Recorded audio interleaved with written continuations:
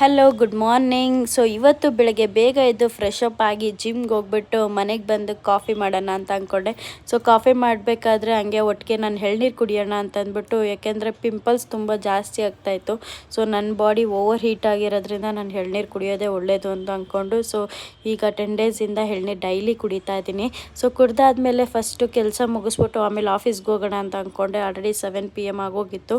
So ಬೇಗ ಬೇಗ ಕೆಲಸ ಮಾಡಿ ಮುಗಿಸ್ಬಿಡೋಣ ಅಂತಂದ್ಬಿಟ್ಟು ಫಸ್ಟು ಕಸ ಗುಡಿಸೋಣ ಅಂತ ಅಂದ್ಕೊಂಡು ಫುಲ್ ಡಸ್ಟ್ ಎಲ್ಲ ತೆಗೆದು ಇದು ಮಾಡಿದೆ.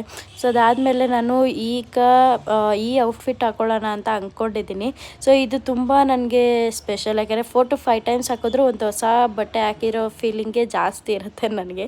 ನಾನು ಯೂಶ್ವಲಿ ಹಾಕ್ದಾಗೆಲ್ಲ ನಾನು ಅದೇ ಫೀಲಲ್ಲೇ ಇರ್ತೀನಿ. ಸೊ ಹೇಗೆ ಚೆನ್ನಾಗಿ ಕಾಣಿಸ್ತಾ ಇದೆ ಅಲ್ವಾ. ಸೊ ಅದಕ್ಕೆ ಬೇಗ ಬೇಗ ಮಾಯ್ಶ್ಚರೈಸರ್ ಹಾಕಿ ನಾನು ಬೇಗ ರೆಡಿ ಆಗಿಬಿಟ್ಟು ಆಫೀಸ್ಗೆ ಹೋಗೋಣ ಅಂತ ಅಂದ್ಕೊಂಡೆ. ಆಲ್ರೆಡಿ ತುಂಬ ಲೇಟ್ ಆಗೋಗಿತ್ತು.